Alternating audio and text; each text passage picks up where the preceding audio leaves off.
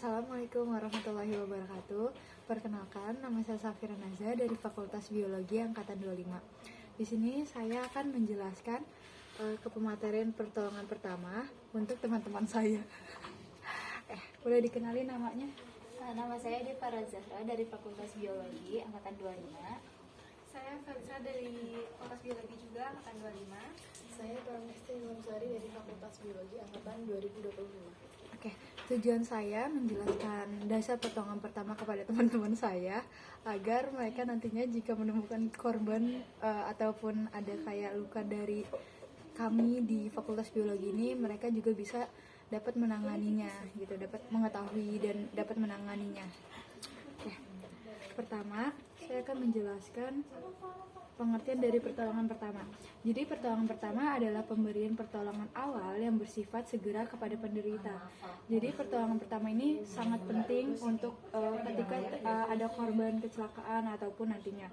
Nah, tujuan dari pertolongan pertama ini yaitu untuk mencegah terjadinya kecacatan yang lebih lanjut dan kematian. Lanjut. Nah, ini ada tujuannya lebih detail. Tujuannya itu ya mencegah kematian, mencegah kecacatan yang lebih lanjut, mencegah terjadinya infeksi, mengurangi rasa sakit, dan memberi rasa nyaman dan menunjang penyembuhan kepada korban. Nah, apa sih yang kita dapat lakukan kepada korban gitu? Pertama, kita harus safety first. Sebelum kita menolong orang gitu ya, kita harus mengamanin diri kita sendiri bahwa kita tuh nggak bakal jadi korban selanjutnya gitu. Nah, selain diri kita pastinya juga harus memastikan keamanan korban. Lalu juga kita harus memastikan keamanan lingkungan agar lingkungan sekitar juga nggak membahayakan diri kita dan korban. Lalu kita ada survei primer. Survei primer ini ada perkenalan diri. Jadi sebelum kita menolong korban, sebelum kita memegang korban, itu tuh kita orang-orang sekitar harus tahu kita siapa gitu. Jadi kita harus mengenali nama, terus asal kita dari mana gitu. Lalu fakta diri tuh memuat mengenai kita tuh siapa sih, kok kita bisa menolong dia, apakah kita udah punya materi, apakah kita udah tahu penanganannya gitu-gitu. Jadi orang sekitar tuh percaya bahwa kita tuh bisa menangani si korban tersebut.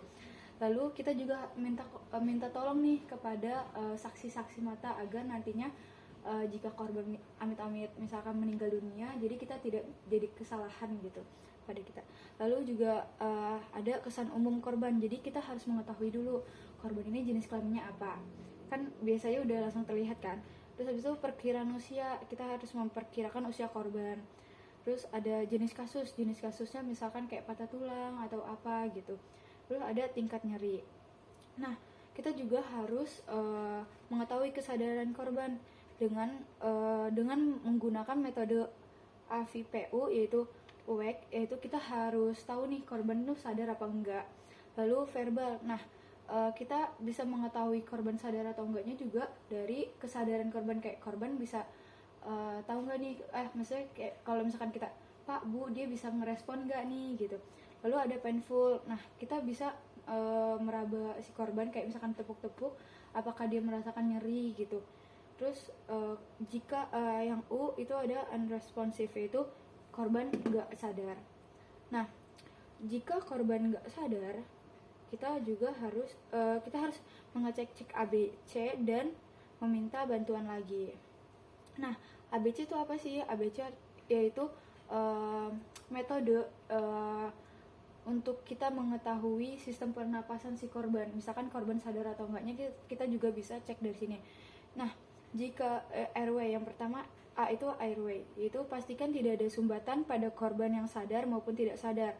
Nah, caranya adalah chin lift. Yang pertama kita harus dagunya angkat, terus jidatnya ditekan, diginiin, terus digini, lalu pipinya tuh dibuka biar kita melihat apakah ada sumbatan pada mulut korban. Lalu juga kita melihat apakah ada sumbatan pada hidung korban. Jadi agar itu memastikan bahwa si korban tuh nggak ada sumbatan dan jalan pernafasannya tuh lancar gitu. Nah, abis mulutnya dibuka, kita juga jari kita harus masuk ke dalam untuk memastikan bahwa benar-benar tidak ada sumbatan lainnya gitu di dalam mulut korban. Lanjut, kita ada breathing. Nah, ini tuh untuk memastikan sistem pernafasan korban dalam keadaan aman dengan menggunakan metode LDR, yaitu lihat gerakan dinding dada, terus D-nya dengar suara nafas, dan R-nya rasakan uap udara di pipi. Jadi misalkan ini dada korban, kita tuh kayak gini. Kita melihat dadanya, kita melihatkan mulutnya tuh di pipi kita, dan kuping kita tuh di hidungnya gitu. Nah, lanjut, kita ada di circulation. Nah, circulation ini terkait dengan pemeriksaan nadi, periksa tekanan darah, periksa ada atau tidaknya perdarahan, dan periksa tanda shock. Nah, bila nadi dan nafas tidak ada, berarti korban dinyatakan henti jantung. Nah, apa yang terjadi? Apa yang kita lakukan ketika korban itu mengalami henti jantung? Yang pertama, kita harus BHD-RJP. BHD-RJP itu yang kayak gini gitu ya kan? Betul. Nah, lalu juga kita harus memanggil bantuan agar ambulan yang kita panggil gitu tuh segera datang. Gitu. Lanjut. Nah, untuk menjaga pasien tetap sadar, kita harus ajak ngobrol nih dengan menanyakan. Yang pertama, kita nanyain, "Pak, Bu, ada keluhannya nggak? Pak, Bu, alerginya apa? Obat yang terakhir diminum tuh apa? Penyakitnya ada nggak? Lalu makanan yang terakhir apa? Dan kejadian yang dialaminya tuh apa?" Jadi sehingga korban itu tetap sadar. Korban itu tetap sadar gitu. Ini juga membantu kita mengetahui jika misalkan korbannya tuh sadar, lalu kita mau ngasih obat nih, misalkan kayak kan obat yang paling aman tuh paracetamol karena dia kan merupakan obat nyeri. Nah, kita juga jadi tahu nih boleh nggak si korban tersebut dikasih obat paracetamol atau enggak gitu.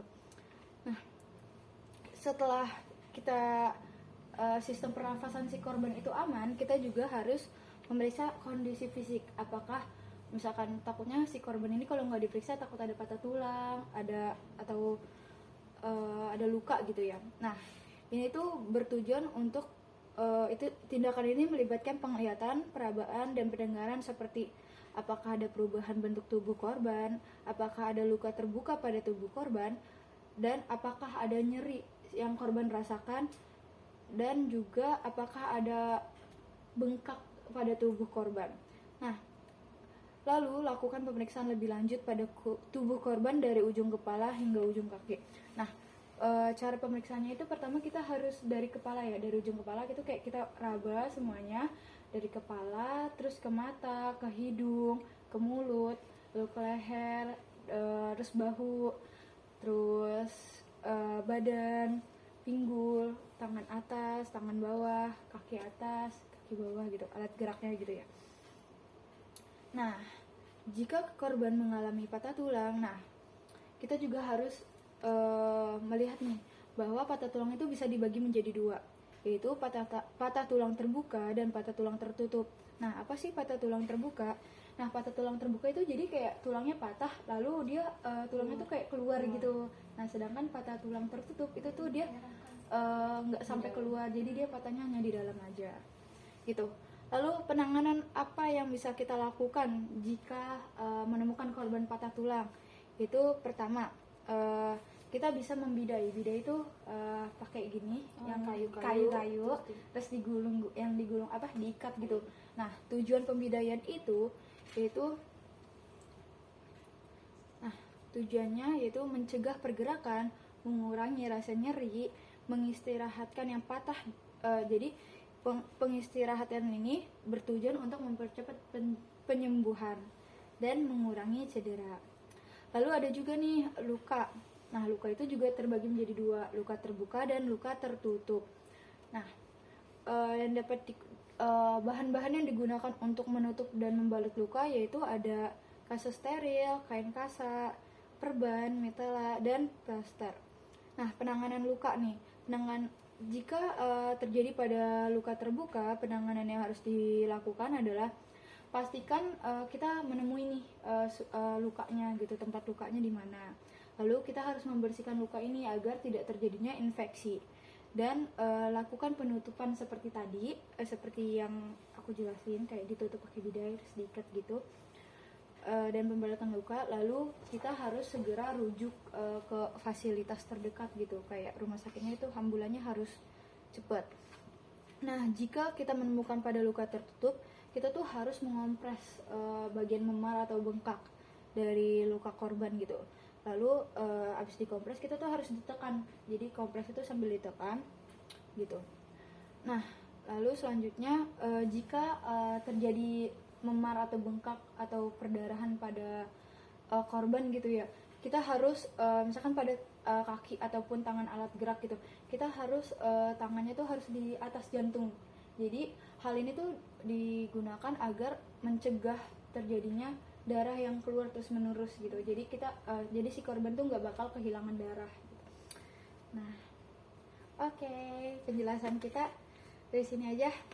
Terima kasih sudah mendengarkan, semoga bisa dipraktekkan. Jangan, semoga nggak ada korban ya di sini. Oke. Terima kasih banyak.